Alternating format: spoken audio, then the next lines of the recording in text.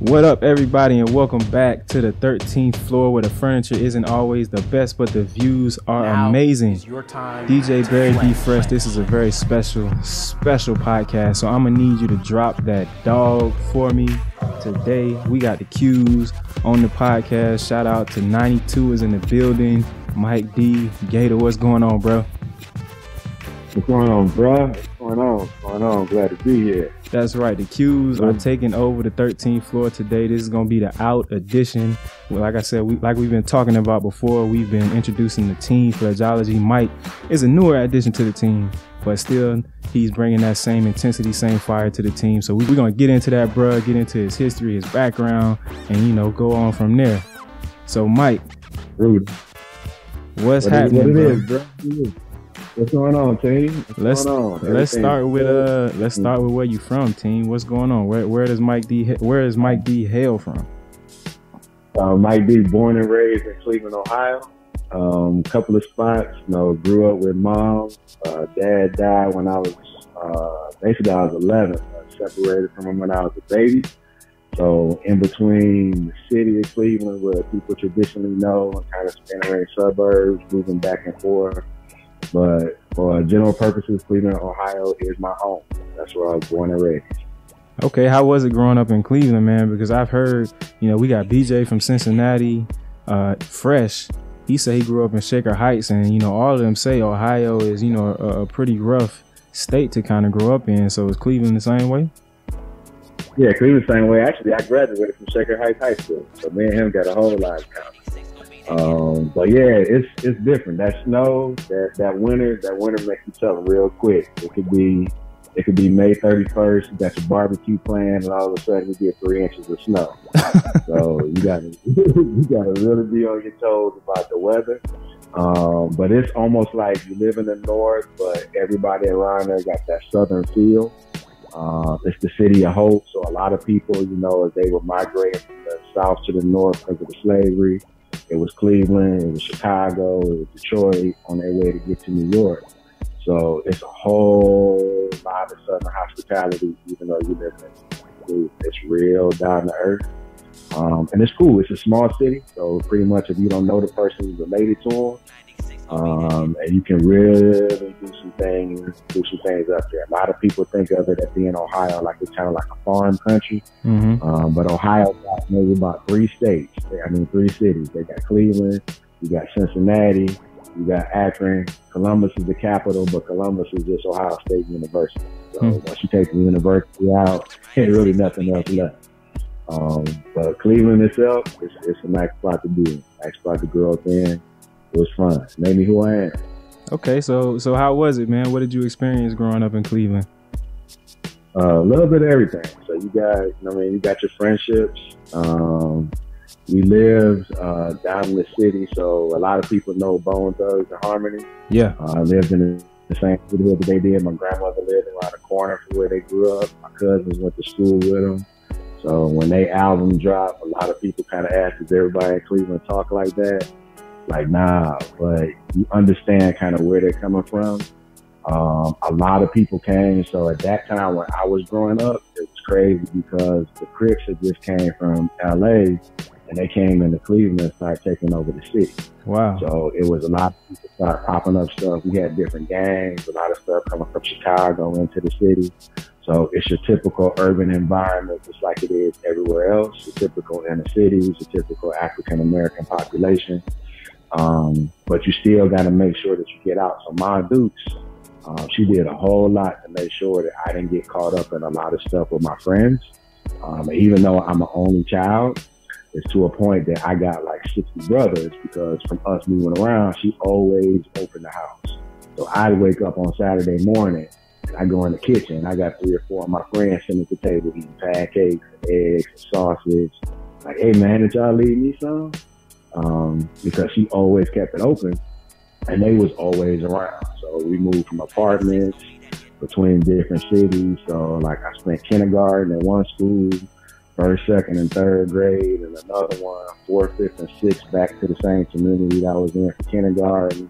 Went back to Shaker and graduated from high school, and that was a lot. So a lot of the kids that grow up in that environment, the parents move them to the best place in order for them to get the best education. You do Section 8, you living in different apartments because you got the one, at least you living with a friend, you living with a family member, just to make sure you can get what you need in order to get out. The crazy part about the city is everything's kind of done in sections. So you really don't lose your neighborhood. You got your church, you got your family members, you got your school, you got your bank, you got your grocery store, are all within like 4 or 5 blocks. So people that usually leave the city of Cleveland kind of get exposed to a whole different environment, and you either leave and don't come back, or you leave and you come back with a completely different perspective. So for me, I was a little bit of both. Once I decided to leave, my thought was I was leaving and going as far away from there as possible. And my friends made sure that I didn't get caught up in stuff because you are the one that's going to get out. So they would always, if something was going to go down, if they was going to have a fight, if they was going to do whatever, Mike, we making sure you go home because we don't want your mother whooping our butt. So life was good. Life was good. Life was good. I love it to death. My friends are still where they at. I love them to death. I love the community. I love the environment. And even to today, if I see anybody that I grew up with, one of their first questions is, "Hey man, how's your mom?" So she had a real impact on my life, a real impact on their lives. The family, when they get to meet, my kids know that they got several uncles. They got the uncles that's in the frat. And they got the uncles that they grew up with my dad. So they always like, "Is that another uncle? Yep. Is that another uncle? Yep. Is that another uncle?" Yeah. So it's cool. It's real cool. It's real cool. It was good though. It was good. So the era, just so we can put a time on this, is this like late 70s, early 80s? What are we looking at? Yeah, I grew up, I'm born in 72. Right. So you figure 80s into 90s is when kind of you get into your adolescent, like really growing up there. So I graduated in 1990. Okay. So you pretty much got the 80s, you got Run DMC, you got Houdini, you got the Fat Boys, Salt Pepper in their heyday, the original LL Cool J with the Kango on and don't never take it off, and people trying to figure out what's under his hat. You know what I mean? Hip hop was really good to a new stage. So like we break dancing. It's an interesting story. One of my cousins, we got into a fight with her because we was break dancing at a party. Just a couple guys that live around the Glenville area on 105 in St. Clair, where everybody know, like if you listen to the Bone Thug, they talk about St. Clair growing up on the Clair. So we was down there break dancing. Dudes get crazy. About 80 dudes try and chase us, and we run up and down the street trying not to get jumped, and he ended up getting hit. So stuff like that, that's all happening during that time. You got the We Are the World album going on. You got a lot of stuff that's happening. And then Michael Jackson, his hair caught on fire at that time. That's the Pepsi thing, right? Right, yeah. That's the commercial. Yeah. So all of that happening. We got, it's interesting that I talked to a couple of people that I worked with and asked them, had they seen Under the Cherry Moon? They're like, I don't even know what you're talking about. Yeah, because I don't even know what you're talking about. Right, you don't know Morris Day, you don't know the time, you don't know about Jerome. I don't know what you're talking about. Yeah, so I mean that's where it is. That's the era that created everything. That's the foundation for hip hop. That's the foundation for R&B, and that's how we became our generation. Like we're old school, even though we got a whole lot of new school flavor. Right. Because a lot of the music that we grew up on was the sampling of the Motown songs. That so I definitely can. Yeah, that I definitely can attest to, because it's crazy. Me being, born in the 80s, but, growing up in the 90s, I listen to songs today and I'll mess around and be on, the old school radio station or the oldie but goodies radio station, and I'll hear something. It's like, wow, they sampled that. So it's crazy, man. We got a lot of, you guys passed on a lot of stuff from that era musically. Yeah, everything was on vinyl still. So, you listening to a song, your parents like, oh, that ain't nothing but the old Marvin Gaye track. Yeah. They go get the album or they go get the 8-track and they pop it in. You're like, you know what? That's right. So a lot of the producers at that time, they weren't making their own beats. They wasn't making their own sounds. They were just creating new rhymes, putting it over the instrumentals of the old school. So it's interesting now that I kind of hear myself talking to the kids like, what the heck are y'all listening to? Right. And it was the same when our parents told us, like, what is that? Like, oh, that ain't nothing but the mashed potato. That ain't the wop. That's this. That's that. Yeah. So things was good. Things was good. Mom's always made sure that I was in the church on a regular basis. So you still got that foundation that's built. But Cleveland shaped me. Cleveland truly did. It truly did. And you say your mom moved you around a lot. And you said that, so you think that was the big thing that kind of kept you out of the gangs and all of the mischief and stuff that was going on around? Because you said that, I think the Crips had moved in to Cleveland at the time. So that her moving you from place to place, that's what kind of saved you from that? Yeah, she would kind of peep the situation, check the environment, and when stuff would get crazy, it was to a point she like, you know what, we got moved. And it would be as many of the relationships that I had and built from just the people that I was going to school with. It would be, I understand that you got your friends, but you can make new friends. So that basically got to my personality, where it's like not so much you kind of miss the people that you're with, but you kind of excited because now you get an opportunity to meet new people. And that doesn't mean that you still can't talk to the people that you did build those relationships with. And that's why my circle of friends is so big, because I still maintain contact with them. So even though I may go to school in one area, I'm going to my grandmother's house that lives in the city. And then during the summers, I may go see one of my friends. At the same time, a lot of the moms talk to each other. So there are people that I would leave in 4th grade and we go to a different school, and I walk in on the first day of 5th grade and your mom moved you too. So it was really about getting everybody to a place where we can make sure we just want our kids to navigate through everything in this education system and come out on the other end and be able to have an opportunity. So I remember when I was going to my 9th grade year, she gave me a choice. She was like, you're not going to the high school. You can either go to this all-boys school, or we're going to go and then we use your grandma's, use your auntie address, and you go to Shaker. Like, Mom, I'm not going to all-boys school. Like, she's like, all right, well, you move into your grandmother, you're going to use your auntie address, you mess up, they're going to kick you out, so you're going to have to be on your best behavior. And I literally went to Shaker, living in the city of Cleveland.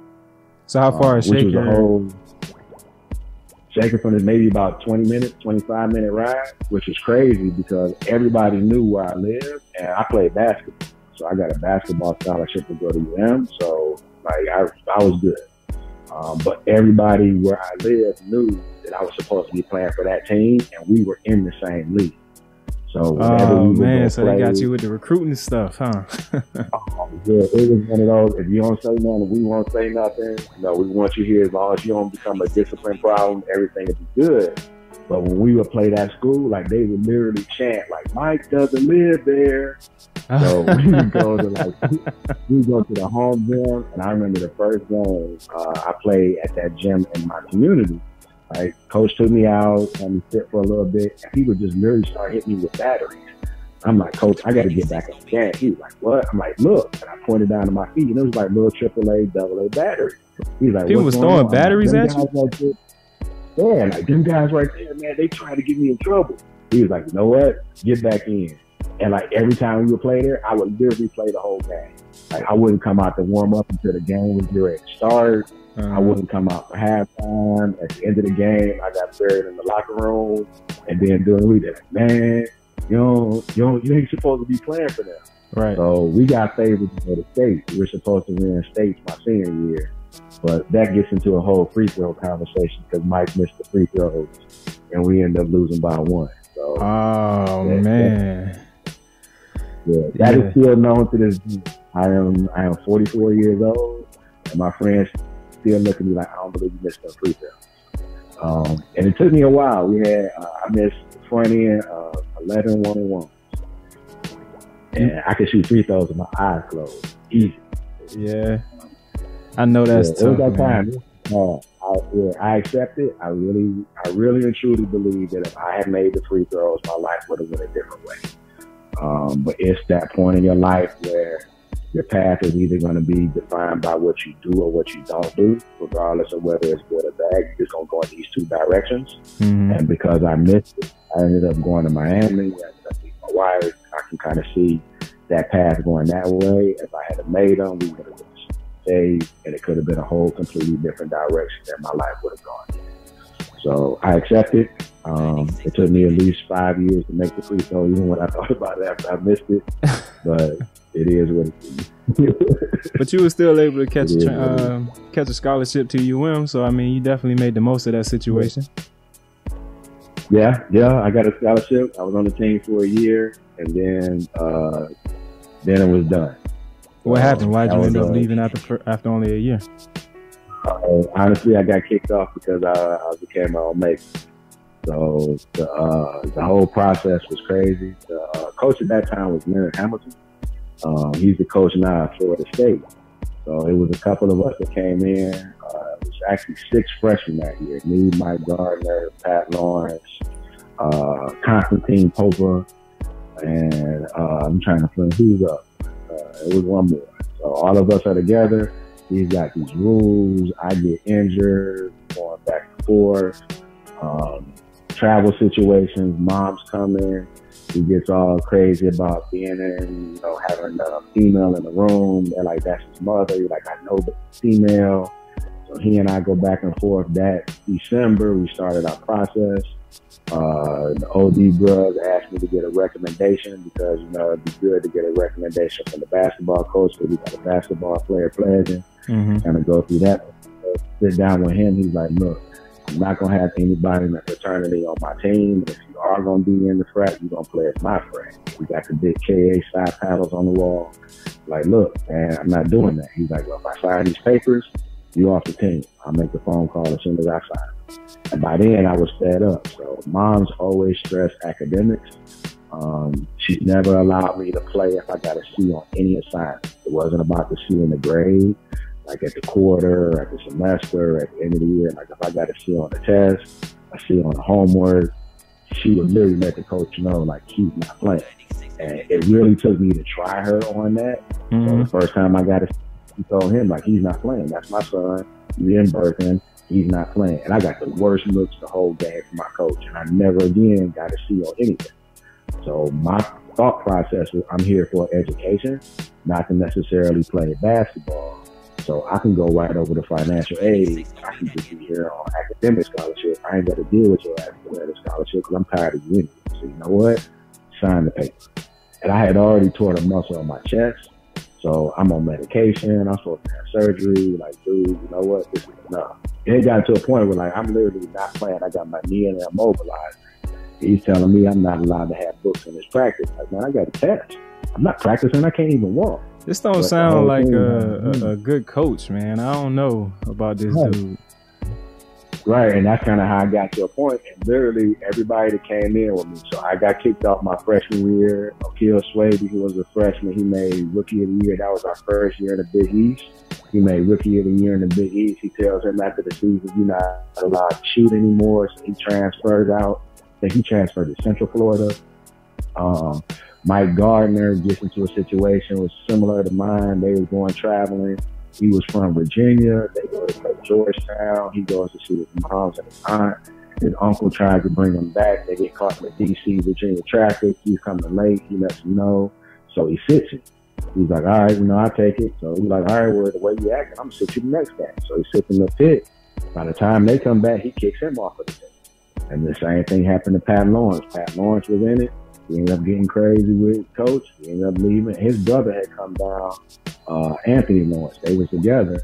When Ant left, Pat left, and Pat went to Central Florida. So the only person out of our freshman class that played the whole time was TC, which his name is Constantine Popa, but we called him TC.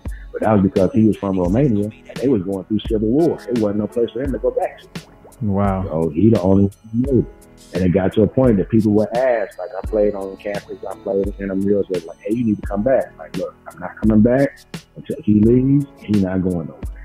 Right. So I watched you guys from afar.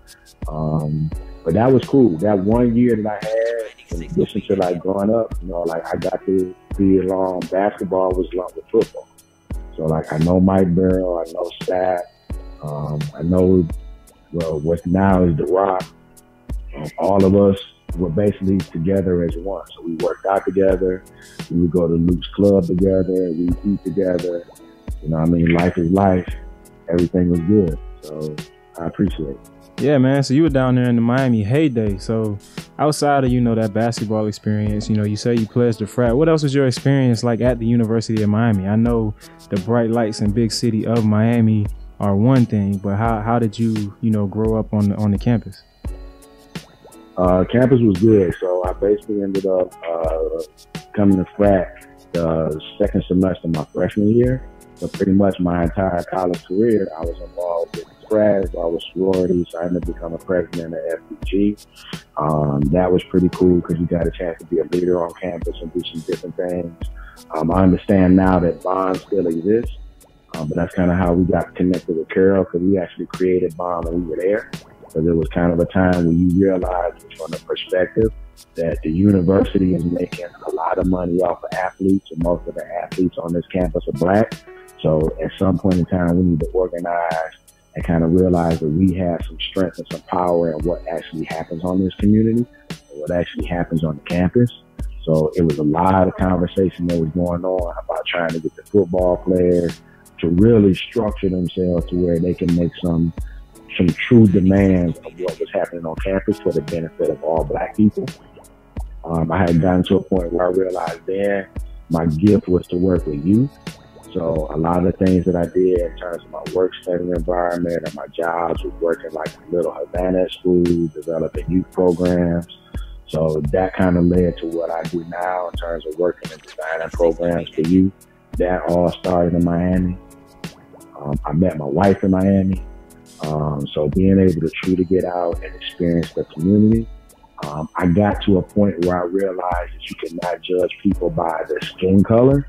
You cannot assume what they are or what their background is or their beliefs or their likes or those type of things, because in Miami, it's a melting pot. So you can have a person that's dark skinned with an afro that's Cuban. You can have a person that's light skinned with blue eyes that's Jamaican. Yep. So you truly get to know people and have a conversation with people. And being from Cleveland, everything is black and white or you Spanish. So you can look and make the assumption. Once you get to Miami, it challenges all of those stereotypes, everything that you grew up on, because you hear about racism and you don't like racism because of my Black skin. And then you get to Miami and you got people that are that color that don't speak English, that are not from this country, have no idea what you're talking about.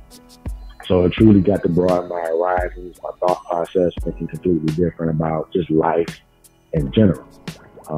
The craziest thing, I remember going to a Jamaican restaurant, seeing a traditional Jamaican woman, and she having a conversation, and her husband came out the back and he was Chinese. Yeah, man. You talking about the joint right there on, I think it's on Kendall Drive. I think Jamaica Kitchen. Yep. I went in there. Yep. So you look. The first time ever seeing a Chinese Jamaican, and I was like, wow, what the heck? Yeah, man. Right. So we were there with Rohan. So you got Rohan Marley there, you got his brothers there, and Rohan knows them, they know Rohan. They start to click like, wait a minute, you for real? Like, you know the Marleys. Right. I mean, you know all of Bob Marley, he's a Jamaican legend, but his kids is conversing, so it challenges everything that you know. It got me to truly see the world differently. And that's just over the time that I was there. So I got there in at the end of 90, 91. I left in 98. So that particular time has created me to be who I am. Okay. And you mentioned that you came into contact with Carol then. Was it to help start Bond, or did you guys have, other ventures together? We had some other ventures, but that's kind of where it started. So we started trying to figure out, I remember sitting around, it was me, him, a couple other people, Jason, Gary, JD, and we all sitting around trying to figure out, what type of acronym can we come up with in order to create the name. And then you start to get that mindset of, we can actually do some things that have an impact in the community. So we had created to where we were going to go and start doing youth programs just throughout the community. And all started from necessity for me, because it was basically like my major was English, my minor was history, and I'm trying to figure out, what type of job am I get? Because I wanted to be an engineer. And, you got basketball and engineering, they give you that. You got 18 credits your first semester. You got 21 every semester after. So if you're an athlete, you may want to reconsider your major. So I immediately literally the first week that I was there, I dropped engineer, and I'm like, I'll be undersized, so I get this basketball thing figured out. You go through the process with the bros, and my GPA didn't reflect what it should have reflected at the end of the first semester. So you can't get into the business school because you need a 2.5. So at that time, it was a conversation that whatever your major is, you can become a teacher in the state of Florida. Mm-hmm. I'm like, all right, well, I teach English or I teach history, not realizing that you need to speak Spanish, and I don't speak a lick of Spanish. Like I can say hola and como está, and if I say that, it could end up a conversation, and I'm stuck from there. So I literally couldn't get a job. So all of us figured out, we can do this mentoring thing. At that time, his mom was real influential in kind of getting us started. So I ended up getting my own 501c3. It was for what's called the Truth Program. We developed a curriculum, and it was me, Carol, and Forrest, our frat brother. And we all started working, and we were working at Pay School for Girls. We worked at Charles Drew, and there was another school that we worked at, but we had to come through James E. Scott Community Association. We got a federal grant from Anita Bach, who was one of the state reps at that time. She funded the program, and we went into the schools, and we were really making an impact, just trying to get them to see life the way we saw it. And I still had a motto to this day. We wanted them to know everything that we know now at a young age, so they didn't have to make the same mistakes. So it was real life conversation. So we used a lot of music. I would listen to like KRS-One and like take all of his lyrics and put it on a piece of paper. And then we would go through and we would break down songs, challenging people that, you may like a song, but what is the message in the song and why you like it? And get kids to listen to the song first, then you break down the lyrics, and then you get them to listen to the song again, and it completely changes your perspective, because a lot of things in the music at that time were positive. So you got Public Enemy, you got KRS-One, you got X-Clan, you got De La Soul, you got Tribe Called Quest, you got a lot of positive energy that's going into the music that's coming out. So how do you get that in order to uplift the people? That's kind of what we did. It was really about branching out and making our whole community better.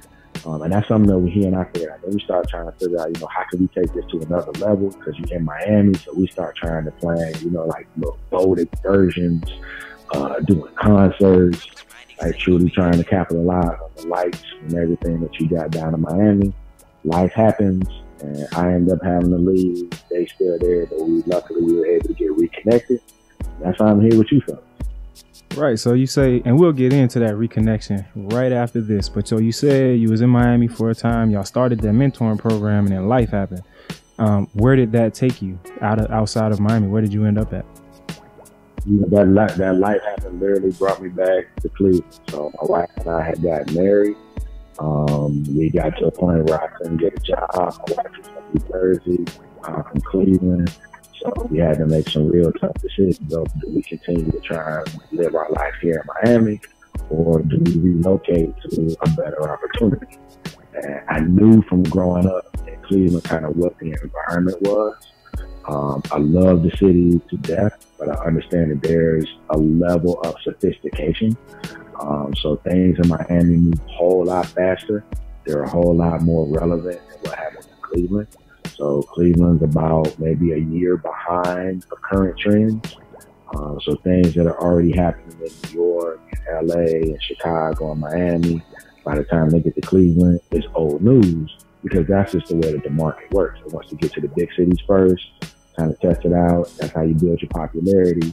So by the time they get to Cleveland people heard it. It's like, oh, you know what? I already heard that. We on to some new stuff, but glad y'all finally got it. So that was the thought. Like, I know where I'm from. I know I can get a job. Let me go back home. Let me get everything set up, and then I'll bring you with me. So I literally packed up everything. We had bought a condo. We ended up selling the condo.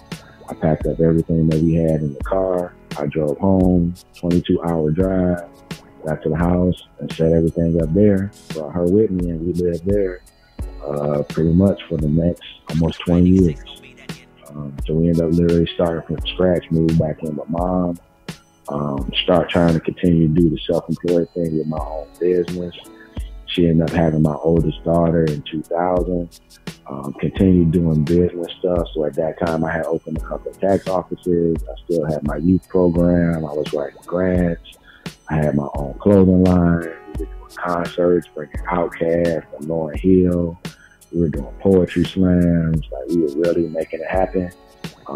She got pregnant with my youngest daughter. To a point, we had the conversation. She was like, "We need health insurance, and your company doesn't give us health insurance. So I love you, but you got to find a job."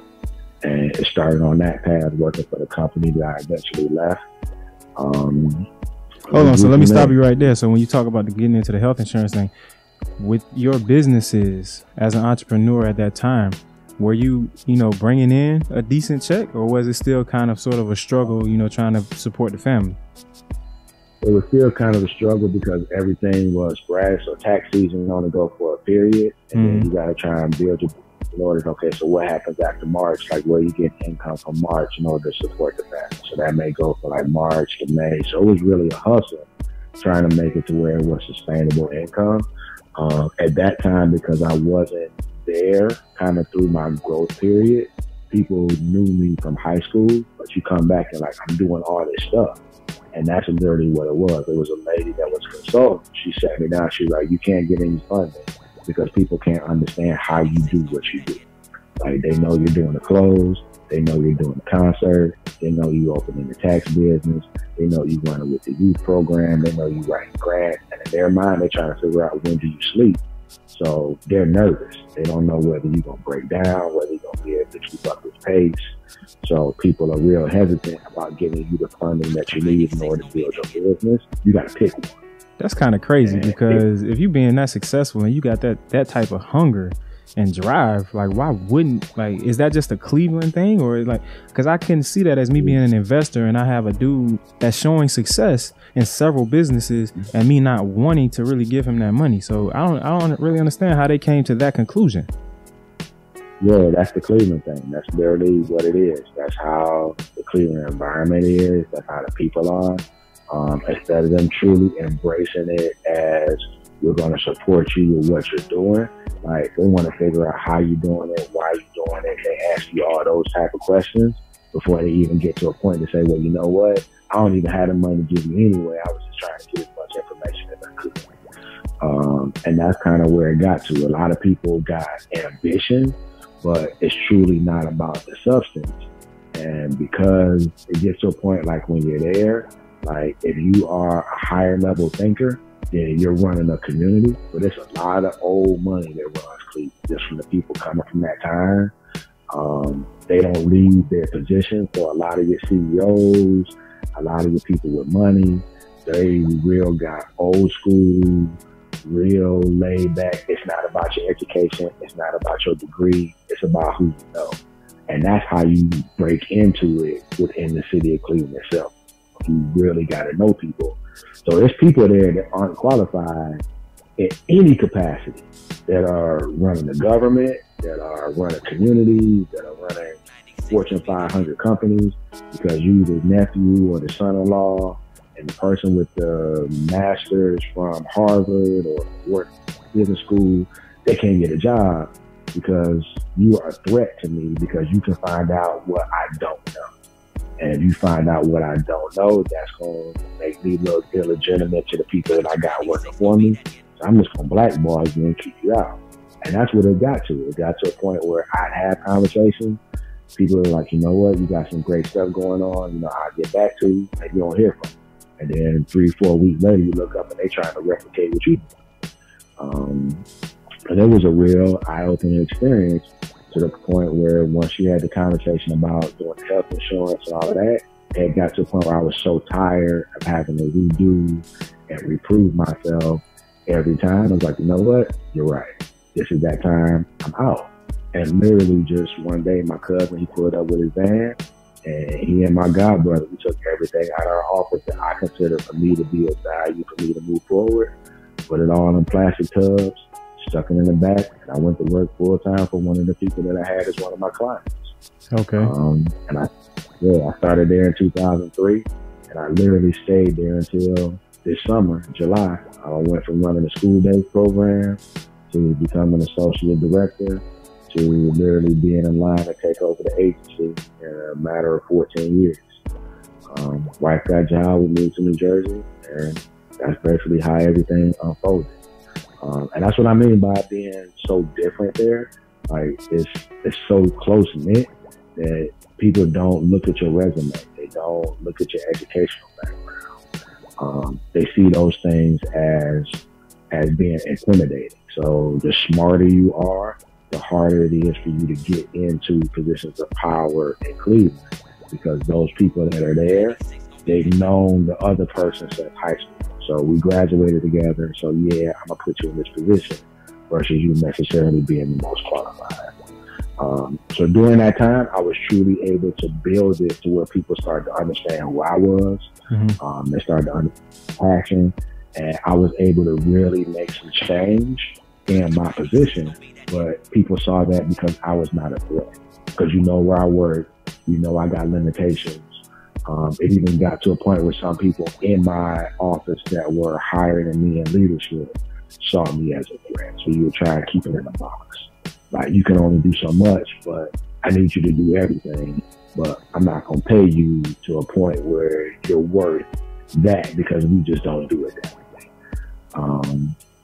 So the money's real skewed. So you working in a nonprofit, making little money, doing more than the schools that you're working with. So you got assistant principals and principals at schools that make 6 figures.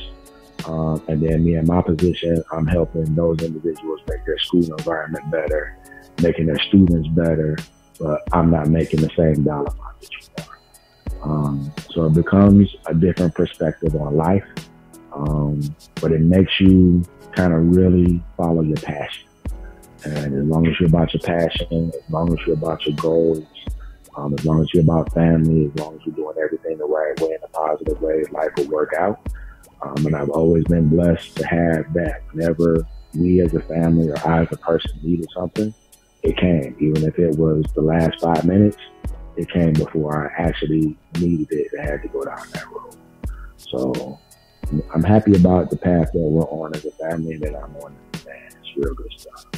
Okay, cool, man. Let's talk about how that path led you back to Carroll and back to Fledgeology, man. How did that happen? Well, it's wild. January of 2016, you had to ask me where I'd be. I tell you, I'm in Cleveland. My daughter's getting ready to graduate from high school in 2 years. I got my other 2 coming up. I'm working at this nonprofit, and my wife is a teacher. In March, my wife got offered a job to truly change our entire life. So she graduated in 2016 during that summer, no, 2015, University of Florida, with her master's in forensic science. She had been trying to get different jobs, apply for different jobs, and her being from Jersey, us living in Cleveland, things weren't always as fast as the New York East Coast lifestyle. So she was always to a point where, you know, at some point in time we may leave, but if we do, it's got to be for the right reason. So she got offered a job to work for the chief medical examiner of New York. And at that point in time, it's something that you can't turn down. So I know everybody watches CSI New York, Law and Order, and how it says these shows are based off of actual real life cases. That's literally her job every day. She is working with those real life cases that make those shows. So we had the conversation. There was a point, it's like, you know what, like, hey, is that the show? She was like, yeah. Okay, well, I guess we're moving. So that was March. She started in May.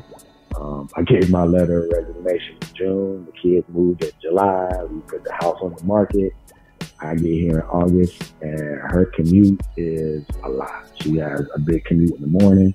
She got a big commute in the afternoon and evening coming home, because she works in New York City. We live about 15 miles from Philadelphia. So we got 3. I got a 16-year-old, I got a 13-year-old, and I got an 11-year-old son. So trying to make sure that they got taken care of on a daily basis. We're getting them to school, being present. Both of us couldn't work in New York. Somebody had to be close in order things happen. So I took the experiences that I had over that time period working for that agency, and I went right back to doing the self-employed thing. So everything to a point that I had left at that 2003 time when we had the conversation about the health insurance. I'm a very organized person, borderline OCD. So I had kept everything from that point. So I still got the floppy disk when we were doing the program. I still got the manuals and just brought it back out. And so I was going back to Cleveland. I had announced everything on Facebook and kind of the social media thing, and I opened my own business. These are the things that I'm doing. I'm getting ready to head back to Cleveland and do some work, and this is where I live. At the time that I said this is where I live, Carol reached out and said, I'm on my way there. I'm coming to Atlantic City to do public speaking. And that was one of the things that I had set up as a component of my company. So he and I kind of reconnected. I was like, all right, well, I'm going to get back to you because I got to leave. I'm going to Cleveland, but you're coming into Atlantic City, but I'll connect back up with you. We connected back up. We had the conversation about Pledgeology, and it fit with the exact same thing that I was trying to do. My company's name is Panache Five. And it had the exact same lineup with that. I met you brothers. I had already heard of you, but because of me leaving, I had never met. I don't think I met a lot of brothers after 96. Like I met a couple at Keith Yates. So I think I met Corey, but I had always heard about Brett. I had always heard about I'll call him Anthony, but Shot would always talk about Brett, Keith, and everybody would talk. So I knew of you. I knew Gary from when we were back. So me and everybody else, they was on the team. And then after that first conversation, it was like mine. They were all together. So I thank everybody for allowing me in. It feels like, things have just been seamless from the time from 97 and 96 back when we were doing things in Miami to now it's literally a whole East Coast and Miami place, which is good. It's growth. So right, I man. think that's what. And I think, the addition, for me, is really exciting because just your background, having the mentoring program, having the school programs in Cleveland, starting them up in Miami, I think you're getting back into that in Jersey now, but bringing that aspect to the team and some of the ideas that you have brought when we have our meetings, I'm really excited about it because I feel like that is one thing, that is a place that I want to take Pledgeology in the future. We're working on the motivational speaking thing and, we're doing that now, but definitely as a subsidiary of the company, I definitely want to get into that mentoring piece because I feel like that's my purpose. That's been my calling. I've done mentoring programs in the past with the frat. And so when Carol brought that to the table, brought you to the table and you would outline, some of the program and the big, I guess venture. We're not going to let it out the bag yet, but the big venture, that knowing exactly what that is and about, I can't wait to get started on it. So I'm definitely happy. Definitely happy he brought you to the team, man. I think it's a great addition. And, I'm excited about what we got going forward. Yeah, I'm with it. Steve Harvey they had this video where he said he talks to the Family Feud audience at the end. And that really was the point where I realized, you know what, I need to do it. He talks about jumping. It's like God gives you these gifts, He gives you your passion, but at some point in time, you got to take that leap of faith and you got to pull that cord. And what your parachute's going to open, and it's going to be your gifts. And if you're not using your gifts, you just living, you ain't really living. And it was at a time when we were really trying to decide, am I going to come here and get a job, or am I going to come here and open my own business? And she and I had some real deep conversations over that because that affects the whole family. And I can't be selfish. Like, I want to do it. And it's not going to help the family get where we need to go. So making that, me and you brothers, it was really the path that we on. And I'm excited about the direction that we're going. We got some good stuff for people coming up. Folks are going to be real excited. It's going to be impactful. I think now is definitely a time people are going to appreciate the things that we're going to bring to them. So I'm excited with you, bro. Exactly, man. Excited with Pledgeology, man. That leap, that grow, that fly. We're going to do it. So before we get out of here, Fresh, I'm gonna need it one more time, man. Drop the dog as we close out the show, man. It's been amazing here, sitting here with 92 OD Mike D.